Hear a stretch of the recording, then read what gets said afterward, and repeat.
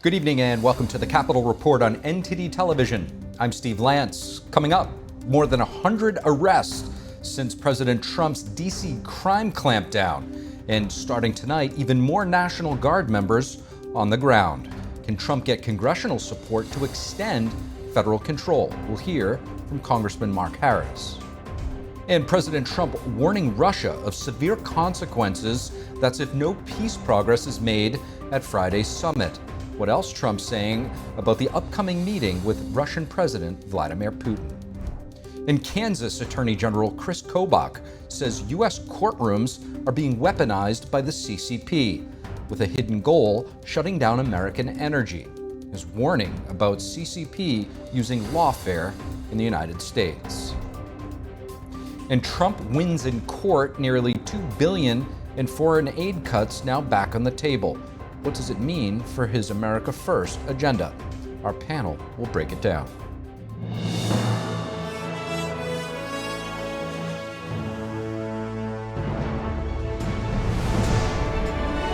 This is Capitol Report, live from our global headquarters in our nation's capital. Here's Steve Lance. And nearly 400 National Guard members on the streets in Washington, D.C. this evening. White House saying more than 100 arrests have been made so far. NTD correspondent Jason Blair brings us an update. A White House official told NTD that the National Guard troops in Washington, D.C. will be increasing from 30 to 400 starting Wednesday night. The statement says that the total number for Tuesday's operations was 1,450 law enforcement officers. That's combining numbers from all groups and agencies participating. The White House says since August 7th, just over 100 people have been arrested in the capital city. This includes 23 on Monday and 43 on Tuesday. Of the 43, the statement says that most were related to firearm offenses, as well as 23 illegal immigrant arrests. The crackdown is tied to the Make the District of Columbia Beautiful task force that the president created with an executive order in March. On Monday, Trump announced that he's bringing Washington, D.C.'s police under federal control. The move is possible under Section 740 of the District of Columbia Home Rule Act for 30 days in emergency situations. The White House says that the planned operations are going to move from operating at night to operating 24 hours a day. White House Border Czar Tom Homan says that he agrees with Trump's move. Look, I know they've taken some bad people off the street, but in addition to that, I think it sends a strong message of consequences. I mean, deterrence. I think a lot of the criminals are staying off the street because they know there's an increased presence of law enforcement. Homan also mentioned on Tuesday that ICE will be involved in Washington, D.C. Homeland Security Secretary Kristi Noem announced that ICE was deployed into the city on August 11th. Looking forward, President Trump says that he's eyeing a crime bill. And it's going to pertain initially to D.C. We're going to be asking for extensions on that, long-term extensions, because you can't have 30 days. And the president says that declaring a state of emergency isn't off the table either. We're going to want extensions. I don't want to call national emergency. If I have to, I will. Reporting in Washington, D.C., Jason Blair, NTD News. President Trump is looking to Republicans in Congress for long-term extensions to maintain federal control of D.C.'s police force. To discuss, we welcome North Carolina Republican Congressman Mark Harris. Congressman Mark Harris, thanks so much for joining. Thank you so much for having me this afternoon. It's great to have you with us, Congressman. President Trump today saying that he's looking to perhaps extend the 30-day limit for the federal takeover of D.C. law enforcement. This comes as we're seeing a higher presence of National Guard troops across several neighborhoods, as well as from other federal agencies, including the FBI, Homeland Security. Here's a soundbite from the president. We're going to need a crime bill that we're going to be putting in, and it's going to pertain initially to D.C. We're going to use it as a very positive example, and we're going to be asking for extensions on that, long-term extensions, because you can't have 30 days. Congressman, as someone who works and sometimes oftentimes lives in D.C. when Congress is in session, do you think that this is a necessary step to keep Washington safe? Well, I do, Steve. I think the president has taken a very important step in this direction. I feel like that when you look at what has happened in not only D.C., but in many of our cities across America, You've seen that the policies of soft on crime in many of our major metropolitan areas has led to just this chaos and out of control crime. And I think that the step that the president has taken is something that's very necessary. I've only been in Washington about 8 months. I'm a freshman congressman, but I can look back over these recent months and remember that it was just May when we were in the midst of one of those all-nighters voting on a very important aspect that just down the road, two of the young people that worked with the Israeli embassy were murdered in cold blood. And then just a month later, one of my colleagues had an intern who was caught in crossfire and was shot and killed right there on the streets. And then, of course, we all saw on the news where the young man that had worked for the administration and Doge was trying to prevent a carjacking that was taking place to protect a lady. And in the midst of it, literally got beat to a pulp by these gangs. So, I think that the president has recognized that he ran on a position of law and order, and he's wanting to help. And it's hard for me to fathom why any of my colleagues are not in favor of reducing crime. And I think that that's really what the president is doing, is giving the extra resources that are needed, and all the way down to listening to even the Washington Police Department union chief talk about it, that the police could use this help and this support. And so I think it's an important step. It's really fascinating. I'm so sorry that, your friends and colleagues had to go through that. One of ours did too. Our White House reporter at the wharf just 2 years ago, walking broad daylight, robbed and pistol whipped at gunpoint, young female reporter. You don't hear about these stories. Not everybody has a story in New York or another major city of somebody being robbed like this, yet here I am, here you are. But yet we're seeing it sort of being downplayed like it's not an issue on some of the mainstream media. Well, and that's a real problem. And I think that the media has got to recognize the need for action here. I mean, listen, President Trump, he sees the situation. He makes a decision that he feels like is going to help the situation. We saw it earlier this year when the riots were breaking out in Los Angeles, and he sent the National Guard in out there to do the things that they were to do, to give the extra support so that the Los Angeles police could do the things that they needed to do. And the National Guard was protecting the federal property and all these things that were happening. So they operated within the law. And again, we're not hearing the reports on the backside of the successes, of course, that these law enforcement are having.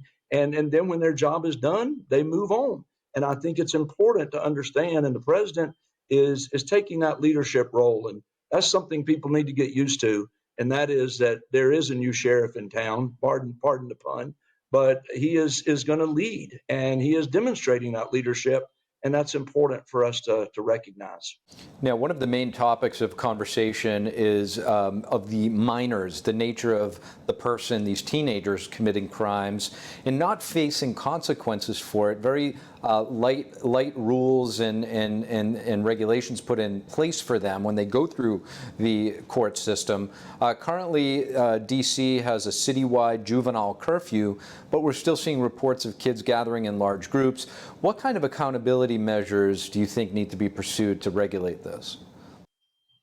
Well, I think the accountability measures ultimately need to be for law enforcement to be free to enforce the law. That's bottom line. We've got laws in place. We've got policies in place. They're just not getting it done. And I think as we're seeing happen with President Trump, if the mayor and the police department are unable to get it done in Washington, D.C., then he's going to bring them the extra support that they need to get it done. And I think the enforcement itself begins to bring the accountability. And I think that so many of these young people just don't believe there are any consequences for their actions. And because there are no consequences for actions, why should we expect them to believe and step in and step forward with this? So I really do believe that the accountability comes with just enforcing the laws that are in place. Congressman, I want to just tap in lastly to your previous life before becoming a member of Congress in terms of spirituality. How can we guide youth in the right direction by imposing real consequences, but still giving them a chance to grow and really preventative work from a morality standpoint? Well, obviously, I'm a firm believer that a lot of it emerges from the family unit. And because we have seen the breakdown in the family across this country, that breakdown in the family has led to the breakdown in our kids' childhood and in their young teenage years. And so I think we've got to look at it as a problem that we've got to deal with the whole. I do think that when we do hold them accountable, there are various ministries that have stepped in these confinement situations to help young people to begin to get their life back on track. As a pastor for 36 years, I know the importance of the local church in any community to being able to offer the truth and support and offer encouragement for young people. But it's never going to be just turning and looking the other way and ignoring it and somehow hope that they're going to find within themselves just the desire to do the right thing. There've got to be the consequences that are faced in order to get them to that place that perhaps they'll listen and begin to understand that there's a different path necessary. North Carolina Congressman Mark Harris, really appreciate you joining us. Thank you. Thank you so much for having me. President Trump today speaking about his vision for renovating the Kennedy Center while making a visit to the nation's cultural center. This while the White House ordering a review of D.C. Smithsonian museums ahead of the nation's 250th birthday. NTD's Washington correspondent Mari Otsu has more from the White House. I'm determined to make Washington, D.C. safe, clean, and beautiful again. It's going to take place very rapidly. Be prepared. A big part of that's going to include the Kennedy Center. President Trump announcing this year's Kennedy Center honorees and saying he'll host the Kennedy Center honors himself this December. This comes after the president overhauled the Kennedy Center's leadership in February, criticizing the center for what he called its promotion of anti-American propaganda, like drag shows targeting children. A few short months ago, I became chairman of the Kennedy Center. We ended the woke political programming, and we're restoring the Kennedy Center as the premier venue for performing arts anywhere in the country, anywhere in the world. President Trump announced today honorees actor Sylvester Stallone, recording artist George Strait and Gloria Gaynor, British actor Michael Crawford, and the rock band Kiss. The president said funding for renovations of the center has been secured, and next season all seats will be replaced with brand new ones. Taking care of the great gem that it is. You look at the marble, look at the quality of the marble, and the things that with a little fix-up and a little work, we can make it unbelievable. These columns, when you see them the next time, they'll be magnificent. And in other efforts to prepare for America's 250th birthday, the White House announced a comprehensive review of Smithsonian Museum exhibitions and materials. White House officials say in a letter that the review aims to ensure that our national museums reflect the unity and values that define the American story. President Trump signed an executive order in January establishing a White House task force celebrating America's 250th birthday, which the White House said fulfills the president's 2024 campaign pledge. But that's why, as a nation, we should be preparing for a most spectacular birthday party. We want to make it the best of all time. In other renewal efforts, President Trump in June funded the installation of 2 new flagpoles on the White House South Lawn, and in July announced the renovation of the White House ballroom. The president also donated his first presidential paycheck this term to the White House Historical Association. President Trump has a history of donating his salary in his first term to agencies including the National Park Service and Department of Veterans Affairs. Reporting from the White House, Mari Otsu, NTD News. Meantime, another win for the Trump administration, a federal appeals court today in D.C. allowing President Trump to continue cutting foreign aid grants. In a 2-to-1 ruling, the judges lifted a lower court's decision that bars the White House from withholding cash for USAID. The Trump administration has been facing a string of legal battles for its government reform policies. And we're just 2 days away from the historic summit between President Trump and Russian President Vladimir Putin. Trump now warning of consequences for Russia if no progress is made at that meeting on Friday. NTD's international correspondent R-N.C has the latest update on the upcoming talks. Yes, they will. Yeah. What will the consequences there will be be? consequences. Sanctions, tariffs? There will be, I don't have to say, there will be very severe consequences, yes. President Trump on Wednesday saying there will be severe consequences for Russia if no peace progress is made. The comment comes just 2 days before Trump is scheduled to meet with Russian President Vladimir Putin. European allies, along with Ukraine, have been calling on Trump to include Kiev in the peace process.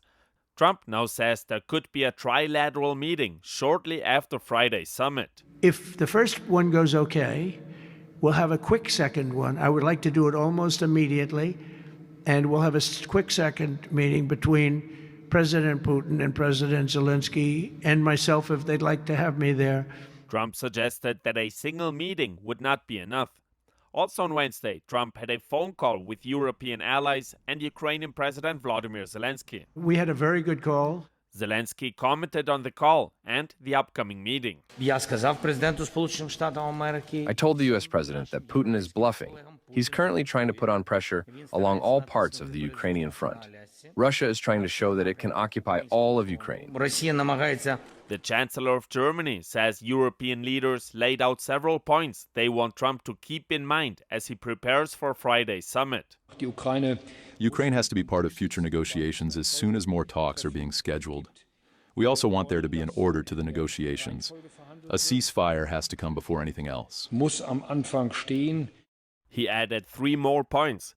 One is that Europe is not open to acknowledge Russia's occupation of Ukrainian territory, saying borders cannot be changed through violence. Another point is that negotiations must include security guarantees for Ukraine, so Kiev can keep defending itself in the future.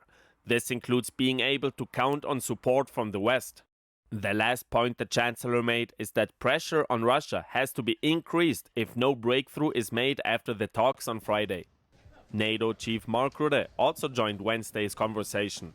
He says he appreciates Trump's leadership and close coordination with allies. The ball is now in Putin's court. Arian Pastar, NTD News.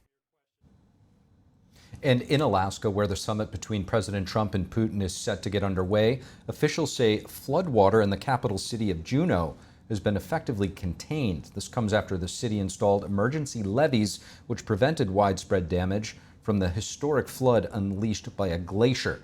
Officials have been urging residents to evacuate the flood zone in recent days. A torrent began to hit the city after a nearby ice dam unleashed a massive amount of melted snow water downstream. Flooding has been a recurring problem for the city of Juneau since 2011. Last year, the city saw many homes and properties washed away by the torrent, but there's no report of damage this time. And over in Tennessee, at least 3 people are now dead as heavy rain and flash floods tearing through the city of Chattanooga. Swift water rescue teams race to help stranded motorists and locals trapped in their homes. NTD's Christina Corona has more. Heavy rain and flash flooding have devastated Chattanooga, Tennessee, killing at least 3 people. A family of 2 adults and a child died when a tree fell on their car in the East Ridge area. Authorities are still searching for a man who went missing after walking into the floodwaters Tuesday night and has not been seen since. Flooding closed parts of Interstate 24 and left streets and homes submerged in muddy water. Firefighters and water rescue teams help stranded residents and motorists using boats and inflatable rafts. Hamilton County Mayor Weston Wamp declared a local state of emergency as the region braces for more heavy rainfall. 6 million people across much of Tennessee and eastern Kentucky are under a flood watch. The National Weather Service has placed much of Middle Tennessee under a flood watch through Wednesday night, warning that tropical-like downpours could lead to scattered flash floods and repeated storms, especially in areas already drenched. Officials urge residents to stay alert and avoid flooded areas as rescue and recovery efforts continue. On Tuesday, Chattanooga Airport recorded 6.42 inches of rain, the city's second wettest day on record. Christina Corona, NTD News.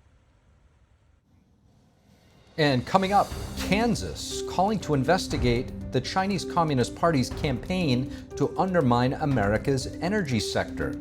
We'll sit down with State Attorney General Kris Kobach to unpack this alarming trend. And what would you do to fight boredom and feelings of uselessness while looking for a job? In China, young people are paying to pretend they're working. And more when we return.